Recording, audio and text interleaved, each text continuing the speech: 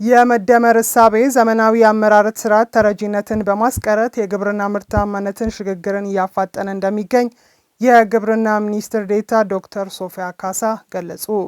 ከተረጂነት ወደ ምርታማነት በሚል መሪ ሀሳብ በአዳማ ከተማ በተካሄደው የውይይት መድረክ ላይ የተገኙት የግብርና ሚኒስትር ዴኤታ ዶክተር ሶፊያ ካሳ የልማታዊ ሴፍትኔት መርሃ ግብር የዜጎችን የምርታማነት ሽግግር እያፋጠነ ነው ብለዋል። ለኢዜአ ዘገባ መሰዊያ ህዝቅኤል።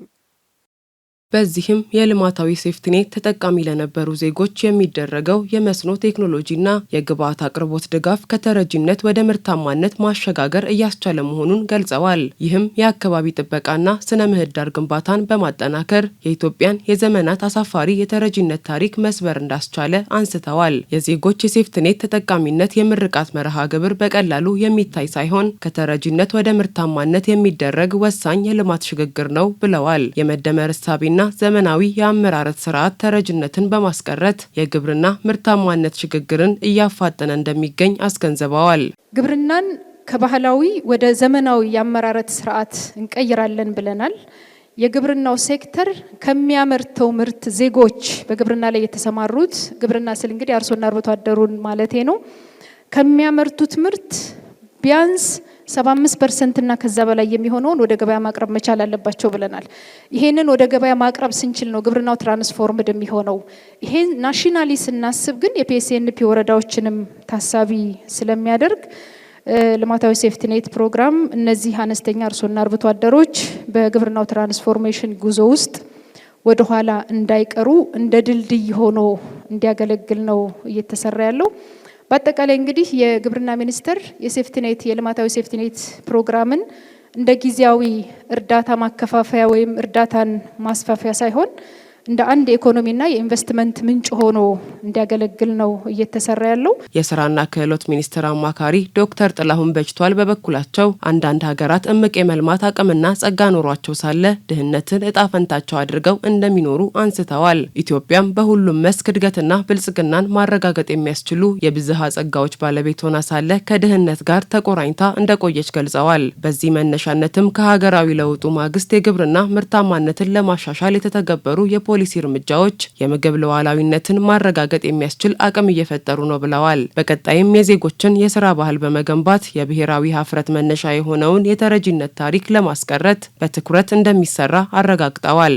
ብዙ ሀገራት የብሔራዊ ሀፍረት ጉዳይ ነው ለቁጭትና ለተነሳሽነት እንደ ኢንጂን ሆኖ ያገለገለውና ከዛ አንጻር ነው የስራ ባህልና ምርታማነትን የሚኒስትሪ ኦፍ ሌበር ኤንድ ስኪልስ ወይም የስራና ክህሎት ሚኒስቴር ይህንን እንደ ቁልፍ አጀንዳ ይዞ ምክክርን መነሻን ያደረገው። የመጀመሪያው ፌዛችን የነበረው ምክክር ነው። ማህበረሰቡ ምክክር የሚያደርገው ምን ላይ ነው? አንደኛ ችግር እንዲለይ ነው፣ በአካባቢው ያለው ችግር ምንድነው የሚል። ሁለተኛ ግን አቅም ነው፣ አካባቢያዊ አቅም መለየት። የኮምፓራቲቭ አድቫንቴጅ አለ። ሁሉም ሀገር ተመሳሳይ ነገር የለውም። ሁሉም እያንዳንዷ ወረዳም ከሌላ ወረዳ ልዩ የሚያደርጋት ልዩ የሆነ አቅም ተሰጥኦ አላት። ስለዚህ እሱን የመለየት ጉዳይ ነው።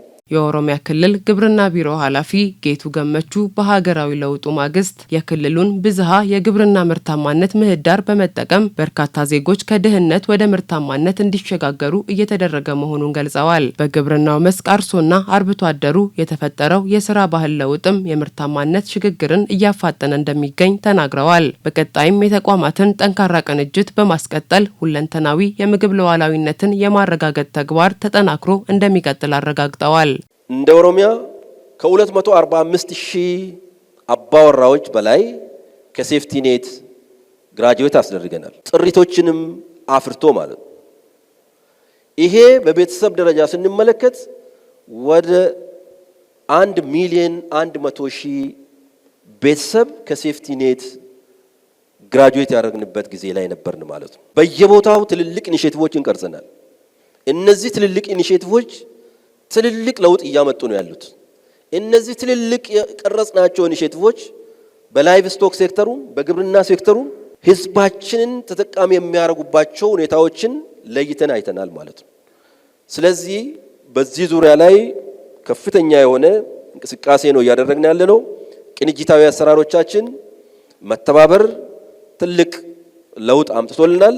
የአማራ ክልል ግብርና ቢሮ ምክትል ኃላፊ እታገኘሁ አደመ የልማታዊ ሴፍቲኔት መርሃ ግብር የአካባቢ ደህንነትን በመጠበቅ የተራቆቱ አካባቢዎች እንዲያገግሙ ማድረጉን ገልጸዋል። ይህም የደንና የፍራፍሬ የግብርና ምርታማነትን በማሳደግ የዜጎችን ገቢ የማመንጨት አቅም በማሳደግ ከተረጂነት ወደ አምራችነት እያሸጋገረ ነው ብለዋል። በመስኖ መሰረተ ልማት መርሃ ግብርም በርካታ ዜጎች የምግብ ዋስትናቸውን እንዲያረጋግጡ እያስቻለ መሆኑን አንስተዋል።